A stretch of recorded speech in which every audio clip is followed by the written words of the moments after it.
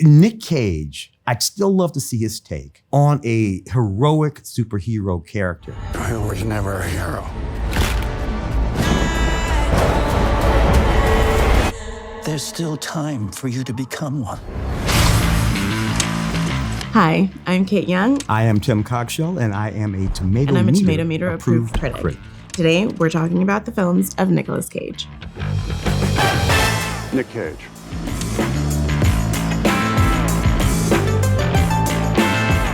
Okay, we're here today to talk about Nicolas Cage, Nick Cage for his friends, which I do not count myself, but I'm gonna call him that anyway. I almost feel like relationship is too strong a word to use. My relationship to Nick Cage films are pure, unadulterated love. Not necessarily because there's anything wrong with them, but because he's so prolific that I think everyone just kind of finds him where they're at when they happen to become aware of movies. And then that's how he's kind of frozen in amber for you for the rest of your life. One of my favorite actors of all time. I'm cheating a little bit on that because Nick Cage is from my generation. We're about the same age. And Nick Cage cut his bones just about the time that I started to cut my bones as a film critic. Even just in prepping for today, there are so many different phases of his career, so many wildly different tones and takes and characters that he has performed for us. And it's very much you can kind of decide what kind of actor you like, and he's got something for you. Just really no Nick Cage performance as opposed to film that I don't love. Nick Cage is always good. Even when the movie sucks, Nick is good. And as we go through, I think 5 decades, maybe 4 or 5 decades worth of Nick Cage films, I can find a winner in every decade.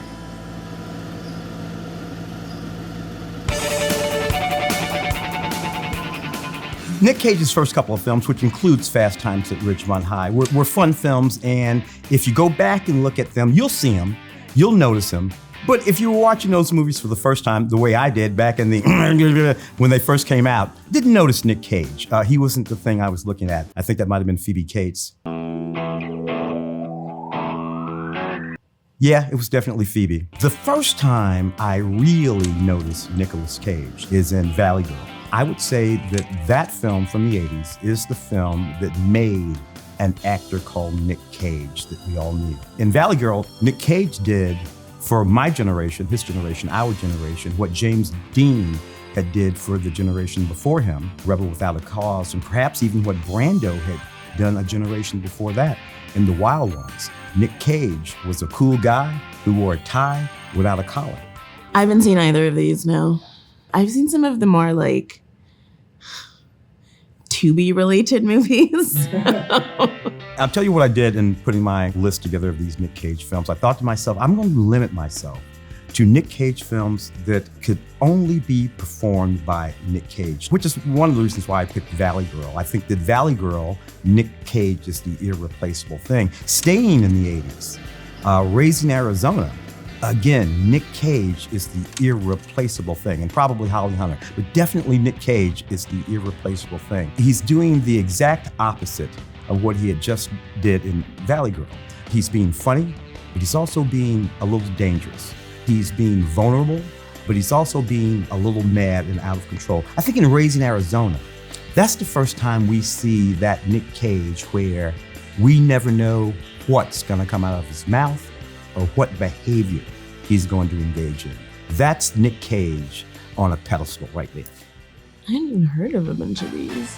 I was looking through his credits and it's something like 140 films. It's insane. We're at the top of his career and this is literally the year I was born. So I'm sure that someone could make a career of just working through his filmography. That will not be my ministry, but I'm sure someone could do it.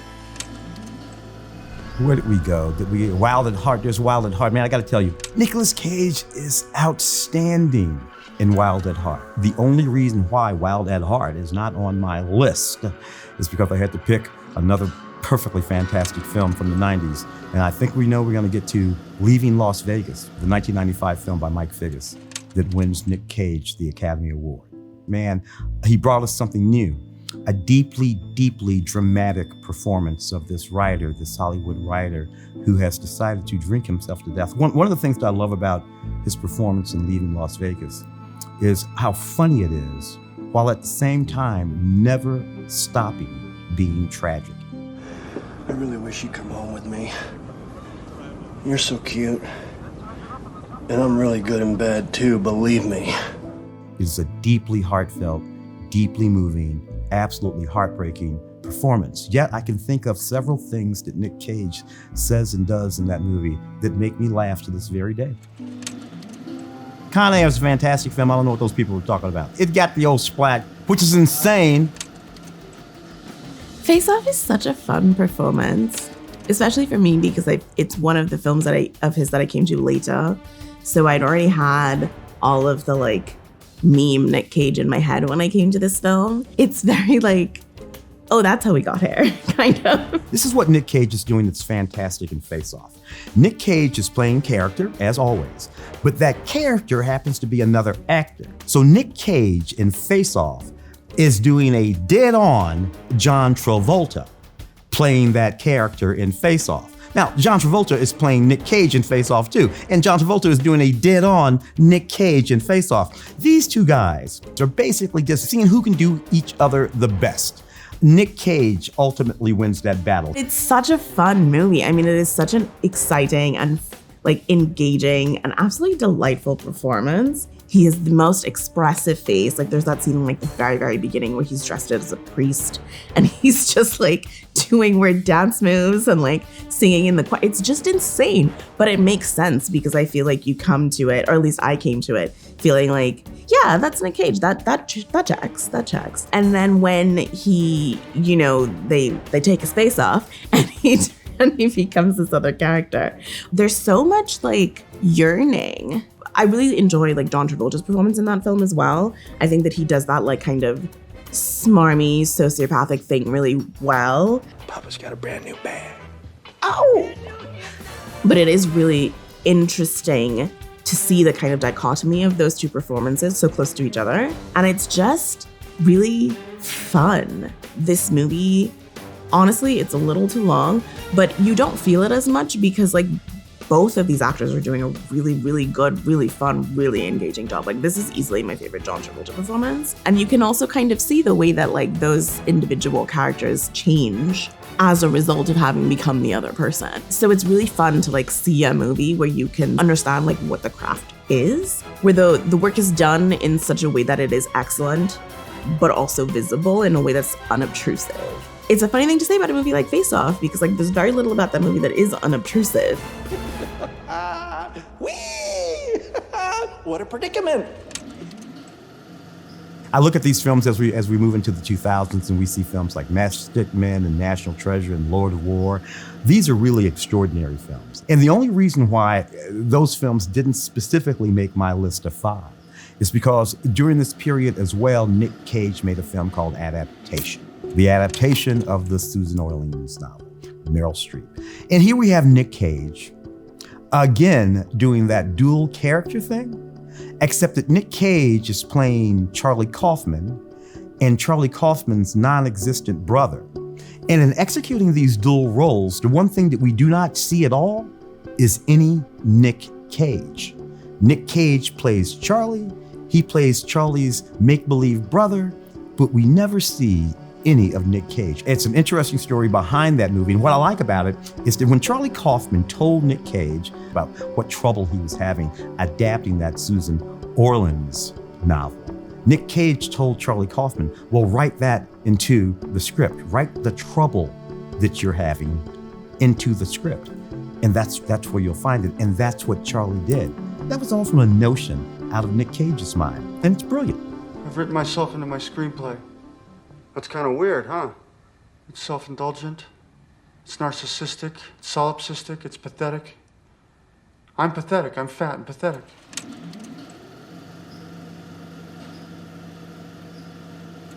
Someone's gonna steal the Declaration of Independence. It's true.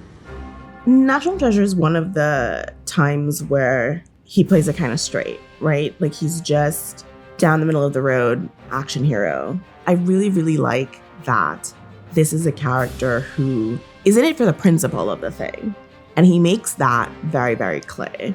And even in the various and sundry criminal acts that he must do in order to achieve this goal. It's always with the knowledge that like this is for a greater good, and like we acknowledge that these are bad things and we don't want to exacerbate them or perpetuate them as any longer than we need to, but like they're necessary for now and we'll whatever. But I really liked it because I liked that hunt aspect of it, right? You know, like it is quite literally a treasure hunt. Like it's called National Treasure. You're treasure hunters, aren't you?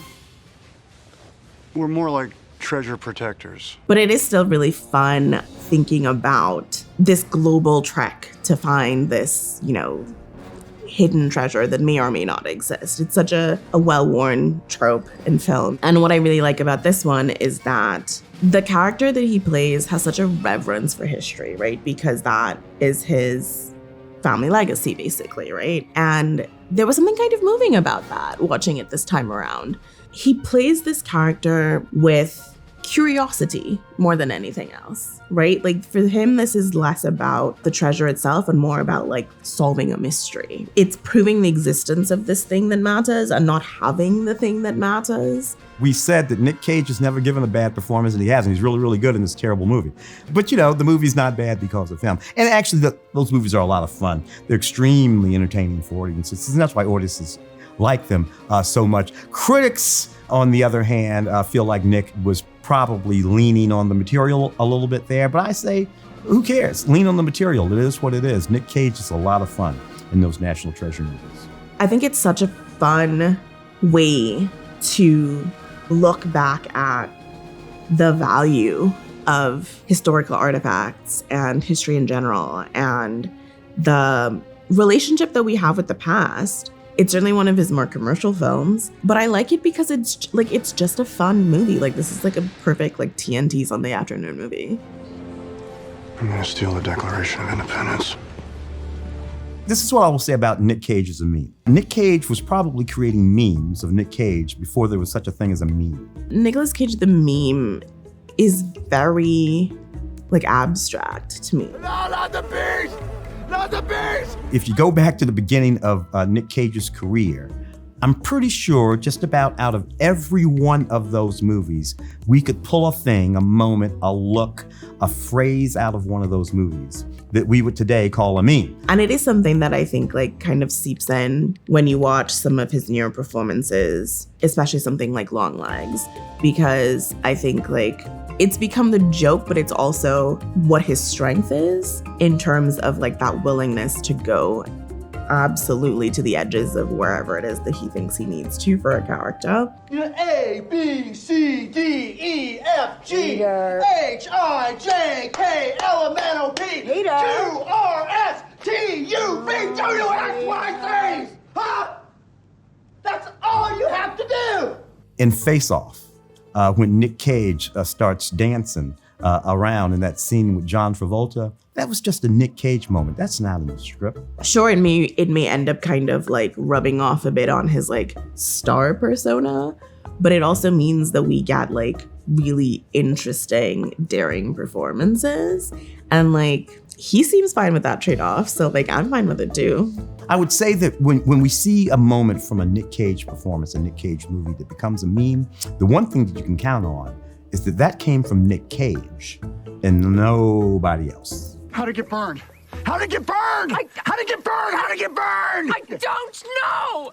It's a funny thing about Wicker Man. Of course, I remember the original Wicker Man film, which was an interesting sort of cult classic from the 60s starring Edward Woodard. What's the matter, Mr. McGregor? Now, don't be frightened. I'm a police officer. I've come to try and get you away. And Nick Cage's take on that is sort of completely different. What is it? What's wrong, sister? Don't be frightened. Go.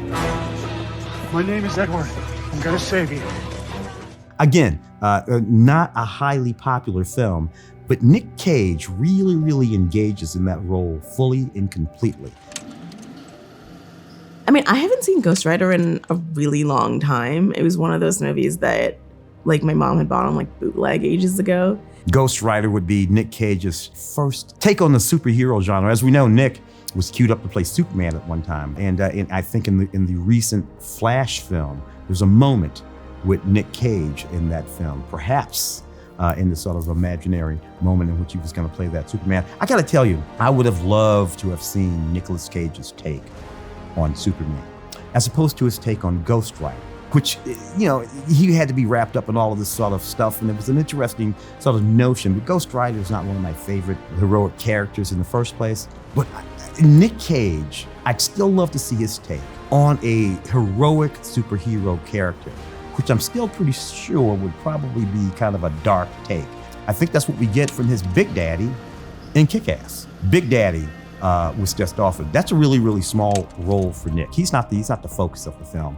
But somehow, in Kick-Ass, everything seems to be centered around Nick Cage's character. He seems to be the center of gravity in that film, because he seems to set the standard for the morals that all those kids are going to be following when they start to engage their superhero personas, including his daughter. And man, Nick Cage has a scene in Kick-Ass that you just have to see. And I've always wondered why he did not get nominated for that scene. I think I do know why, because it's such a small role in a particular sort of genre film. But Nick Cage is just extraordinary in Kick-Ass, and I really love him in that movie. Didn't see these. It's a lot of green. That run of films that some people might call splats, I suppose might tinge his career for some folks, but they don't for me. Nick Cage made those run of films while he was recovering from a couple of things that had happened to him financially. So I kind of understand that, you know? Yes, I'm counting how many in one year. Like, it's a lot. You're making too many movies, Nick. You're working too hard, Nick. Have the audience miss you more, Nick. I mean, hello, it's my job. I pay my bills. I feed my family. You're annoying. Gosh. By the time we get to Mandy, though, 2018, the films are getting interesting again. I mean, I love Mandy. My favorite thing about this is honestly, it's less his performance and more the film itself. Like, it's there's so many colors. It's a lot of red. It's very trippy. It's a very like gonzo rock and roll music video slasher kind of film. And since the movie is doing so much, like literally every other element of the movie is doing like 10 things at once, he doesn't have to do a lot. But I think that like this is another one of those situations where like the meme of Nick Cage kind of helps the performance a little bit, because the way that this film is constructed and the way that his performance is constructed, he leaves room for you to kind of like imagine the more extreme bits and fill in the gaps that you need narratively to follow him along in this story without playing against everything else that's happening. It's a really, really well calibrated performance. If the material is good, Nick Cage will show up and make your material that much better. You can't save it, but he will not be the weak thing in it. Mandy was a pretty good movie, and he was outstanding in it.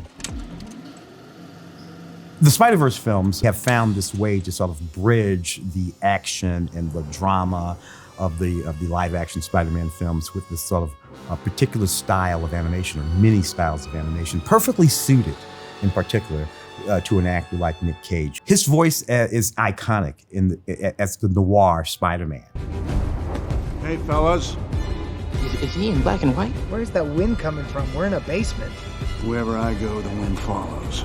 And the wind, it smells like rain. He's not Peter Parker. He's a different kind of Spider-Man.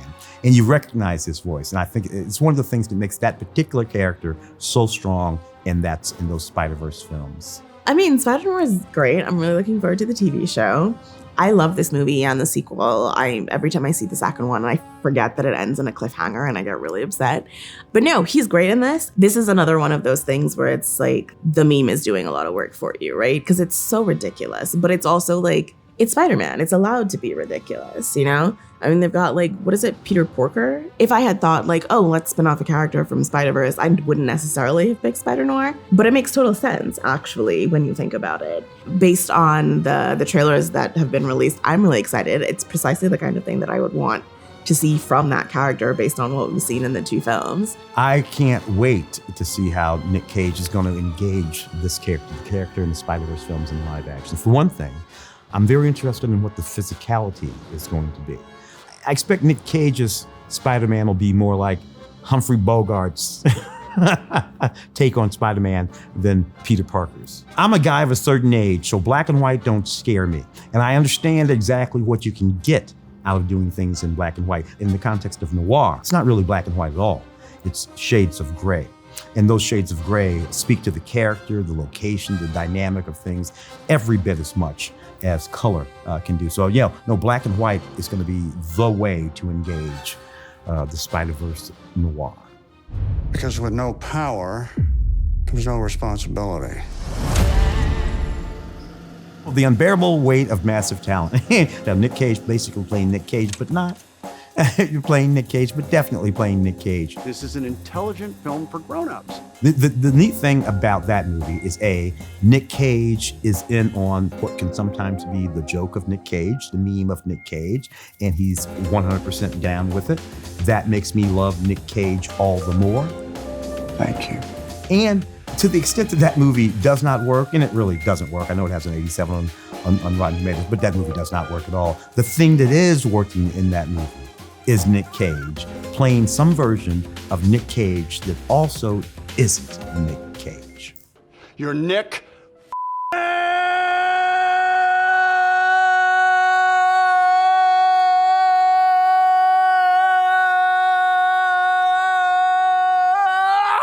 Whoa, Cage! I think Dream Scenario might be my favorite Nick Cage performance. There's something so pathetic about that character. He's this guy who has kind of sort of let his life pass him by, but not in a way that like is unrecoverable. Like he could just do things still and like has chosen not to. And he ends up with this accidental celebrity that he very clearly craves, but like doesn't want to embrace fully because he thinks it's kind of beneath him, but also he really wants people to like him and he loves that part of it. And once things take a turn, the like self-pitying kind of like narcissism is so fun, especially because of the presentation of that character, the costuming of that character. Like he's just like a guy, you know, in a very like boring run-of-the-mill way. It is like a fascinating possibility, right? Like we've all dreamed. We all know what that experience is like. We all know how strange it is when like things of this nature happen. And having to have him deal with that, I think is really fun. And seeing the way that like his small life becomes something that he is both trying to expand and also run away from is fascinating to me. I think it's such a fun performance specifically because he's like, the character's just such a loser. And I think that like putting a character like that in an extraordinary circumstance like this is like 90% of the fun. Like it's such a fun movie. One of the interesting things about Nick Cage is Nick Cage doesn't really make particularly political movies or movies that speak to political subjects. Dream Scenario is a political movie. Nick Cage's character in the movie is not particularly political, but it's a political movie. And I think that it was a way for Nick Cage to actually make a political statement about the notion of cancelization and ostracization of people in society by simply playing this character who gets ostracized because he starts to show up in people's dreams. I don't want to be some culture war person. I don't want to be controversial. Okay, Long legs. Very short part, very small part, pivotal part in which he plays this serial killer. And it's an absolutely dramatic moment in that movie when we first see the character Longlegs. Nick Cage is so committed to that performance that it took me about 5 minutes to realize, oh, that's Nick Cage in this movie. That's how deep he goes when he goes into a role. Cuckoo, cuckoo, cuckoo, cuckoo. Nick Cage's performance in Longlegs is the reason that you have the meme. Like that's the utility of the meme to me, right? So that you can give this performance and have it be taken totally seriously and not become in and of itself a meme, right? Like to me, it shares a little DNA with Amy Madigan's performance in Weapons, right? And she was wonderful. I'm so glad she won that Academy Award. But it is interesting to me that Nick Cage, in a performance that's very, very similar, using makeup and dynamics in a very, very similar sort of way, that was an extraordinary performance. And that if it earned Amy Madigan an Oscar and an Academy Award. It probably should have earned Nicolas Cage at least a nomination. With this film, it's a lot more opaque, right? Like, we don't get like a big explanation at the end of the film the way that we do in Weapons. With Longlegs, it's really just like, oh, this guy's like crazy. He's like crazy scary and like a Satanist, I guess, and like scary to look at and dangerous, and like I'm afraid of him. Like there's nothing like particularly redeemable, but it's such a like straightforward performance of a completely deranged mind that it is like deeply unsettling, right? Because he's actually not really on screen very long, right? He doesn't have a ton of scenes, but every single one that we do see, the makeup that he's in, the costuming that he's in, it's so deeply unsettling that he gets to be this like being instead of a person in a way that I don't think is possible if we don't already have all of these years of like understanding what he is as an actor and who he is as an actor and like what it is that he's doing when he is in this particular mode. I think it's a good and bad thing for actors when like some of their like peripheral story kind of informs the characters that they play, but depending on the role, like that can be a real asset. And I think this is one of those times because like we start from the premise of like, yeah, Nick Cage is the weird guy. And then we get like a really, really, really weird kind of scary guy. And like you go with it. There are lots of characters for whom I would not be able to look past the makeup because I'd only be seeing them as an actor. And I think like Nick Cage is one of the people who you can like your brain kind of lets you kind of believe him. And that is partly because of everything that came before. And I think that's really cool. It seems I wore my long legs today. The thing about Nick Cage is commitment. Nick Cage wholly and completely commits to the character that he is going to play. I like that there's someone willing to do film that is a little bit kooky.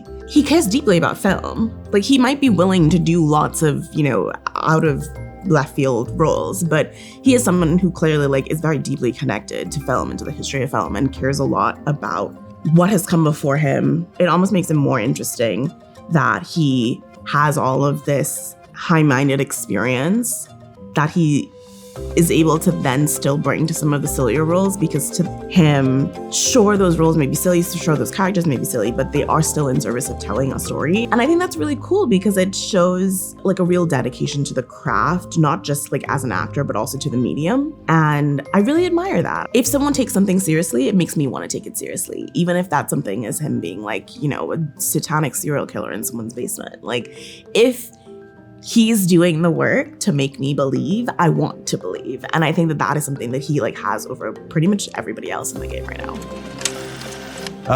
That's all I can think of about Nick. Well, those are some of my favorite Nick Cage performances. What's your favorite Nick Cage movie? Put it in the comments. And will you be watching Spider Noir? Let us know.